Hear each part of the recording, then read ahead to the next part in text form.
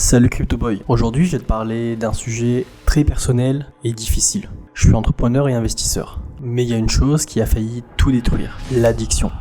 Imagine perdre des milliers d'euros, compromettre tous tes projets, tout ça, seul, dans une chambre. Aujourd'hui je vais te raconter comment j'ai failli tout perdre à cause de la drogue, et comment j'ai décidé de reprendre le contrôle avant qu'il ne soit trop tard.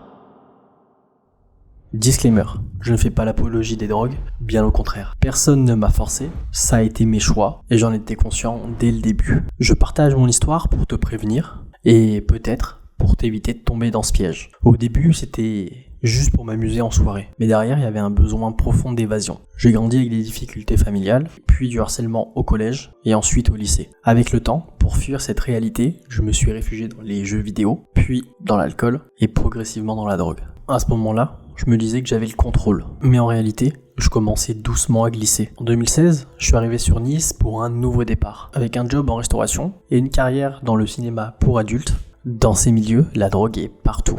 Ce qui était pour moi un moyen de détente est vite devenu un outil pour tenir cette cadence infernale. C'est là que la consommation a vraiment commencé à prendre le dessus sur moi. Mais à ce moment-là, je ne savais pas encore que ça allait autant impacter mes finances, mes projets et ma vie sociale. Quand je sortais en soirée, puis en after, avec ceux que je considérais comme mes potes, on était tous défoncés et on avait l'impression de se comprendre entièrement. On passait des nuits entières à rire, danser, jouer à des jeux de société, tout en consommant toujours plus. On avait des discussions sensées et profondes, des révélations qu'on n'aurait jamais osé faire, sobres. Sans jugement, chacun semblait se livrer comme jamais, avec ce sentiment de liberté. Sous méphédrone ou cocaïne, on restait complètement conscient de ce qu'on disait, pensait et faisait, contrairement à l'alcool ou à d'autres drogues. Puis, en 2022, tout a changé. Je ne sortais plus en boîte et je voyais de moins en moins de monde.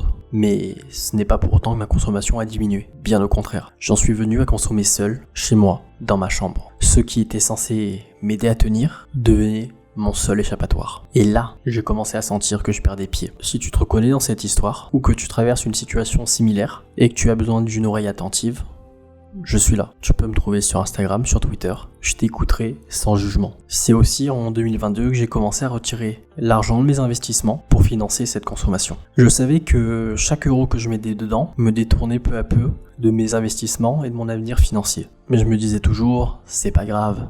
Demain j'arrête. Demain je me reprendrai en main. Mais ce demain n'arrivait jamais. En 2024, j'ai franchi une étape que je pensais impossible. J'ai commencé à utiliser de l'argent dont j'avais besoin pour payer mon URSSAF, mes projets pro. À ce moment-là précis, j'ai compris que si je ne faisais rien, cette addiction allait détruire tout ce que j'avais construit. Mon entreprise dans laquelle je m'épanouis n'a pas subi de pertes directes, mais n'a pas eu non plus la croissance escomptée. Mes projets de création de contenu avançaient moins vite que j'espérais, et je voyais jour après jour les effets de cette dépendance sur ma vie pro. Pourtant, entre fin 2018 et fin 2019, j'avais réussi à complètement arrêter. Cette période me montrait que c'était possible, mais une fois que j'ai repris, les effets négatifs sont apparus peu à peu, me rappelant à quel point il était difficile de retrouver un équilibre sain. J'ai mis plus d'1 an et demi à écrire mon livre, la saison 2 du podcast a tardé à sortir, mon addiction m'a ralenti dans quasiment tous mes projets et tout ce que je voulais accomplir. Et au-delà du pro, il y a aussi un autre impact, celle sur la confiance en moi. Paradoxalement, en ayant été acteur porno, j'ai perdu cette confiance également dans mes rapports intimes. Aujourd'hui, j'ai développé une sorte de croyance limitante qui m'empêche d'imaginer pouvoir réussir à avoir des rapports sans drogue. Comme si sans, je n'allais jamais réussir. C'est devenu un blocage psychologique puissant qui me rappelle chaque jour à quel point cette addiction affecte profondément la façon dont je me vois. Ce combat contre l'addiction, avec toutes ses conséquences, est devenu le combat de ma vie. Chaque jour, je me bats pour ne pas laisser cette addiction saboter mes ambitions et ma propre estime de moi. À une époque, j'ai même été bénévole chez Aide sur Avignon. C'était un moyen pour moi de compenser un peu le poids de ma consommation en essayant de faire le bien autour de moi. J'accueillais les sans-abri et les personnes dépendantes dans le cadre du CARUD pour qu'ils puissent prendre une douche, un petit déjeuner, laver leurs vêtements et s'ils voulaient avoir des entretiens pour parler de leur consommation. J'adorais aussi faire les maraudes et aller à la rencontre des travailleurs et travailleuses du sexe pour leur apporter des préservatifs, une boisson chaude et surtout un soutien moral. C'était un moyen pour moi d'écouter et de redonner un peu d'humanité, même si moi-même, j'étais dans une lutte intérieure.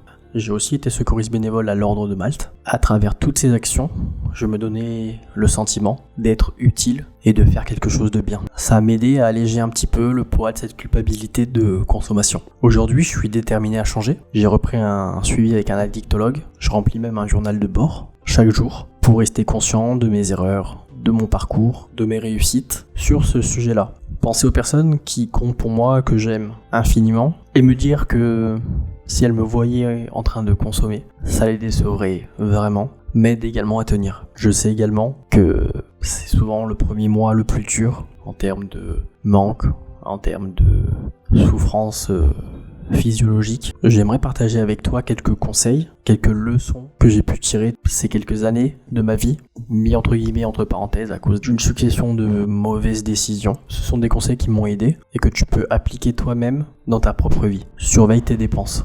Assure-toi que tes dépenses ne te détournent pas de tes objectifs financiers. Les petites fuites d'aujourd'hui peuvent devenir les grandes pertes de demain. Chaque dépense compte. Demande-toi si cet investissement est bon pour toi, pour ton avenir, ou si au contraire, il est néfaste. Crée un environnement sain et qui te soutient. Entoure-toi des personnes qui t'encouragent dans tes choix, dans tes objectifs et dans tes futurs projets et qui te poussent à progresser. Un environnement positif est crucial, surtout quand on vise des objectifs ambitieux. Cherche des mentors et des amis qui partagent les mêmes valeurs que toi et qui peuvent t'aider à rester sur la bonne voie. Reste aligné avec tes objectifs. Rappelle-toi constamment pourquoi tu investis et ce que tu dois accomplir pour y arriver. Garde une vision claire de ton but. Pense aux conséquences de chacune de tes décisions et de tes actions. La discipline et les habitudes quotidiennes peuvent t'aider à garder une hygiène de vie saine. Fais des randonnées, pars à la plage, regarde un film, prends du temps pour toi. Fais du sport, lis si tu aimes lire. Ces routines t'offrent un cadre stable. Apprends à reconnaître les signes de tentation.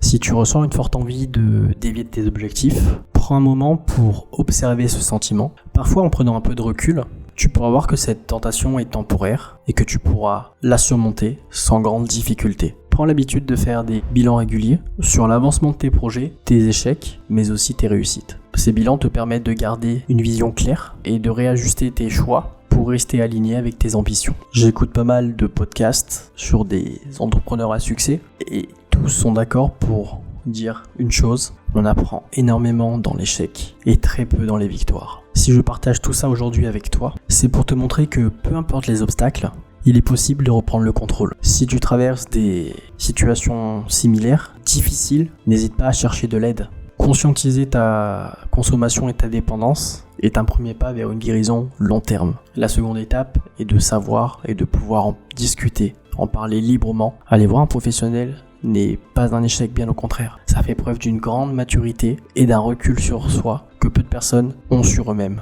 Ne crois pas que la consommation te rend cool ou pourra gérer ton stress ou enlever tous tes problèmes. Ça ne reste que des paradis artificiels. C'est un leurre qui peut te coûter cher, tant sur le plan personnel que sur le plan professionnel. Prends soin de toi, reste focalisé sur tes objectifs. Je voudrais remercier toutes les personnes qui m'ont soutenu et me soutiennent encore, sans jamais me juger. Merci à ma famille, particulièrement à ma grand-mère, pour son écoute bienveillante et tous ses petits conseils. Merci aussi à Kevin, merci à Alban, à Nico, alias le cryptocien, qui m'a souvent écouté dans des moments où j'avais besoin d'être entendu sur ma dépendance, sur mon addiction. Merci aussi à Juju qui est un ami, qui m'écoute, avec qui je discute au quotidien et qui est d'un réel soutien.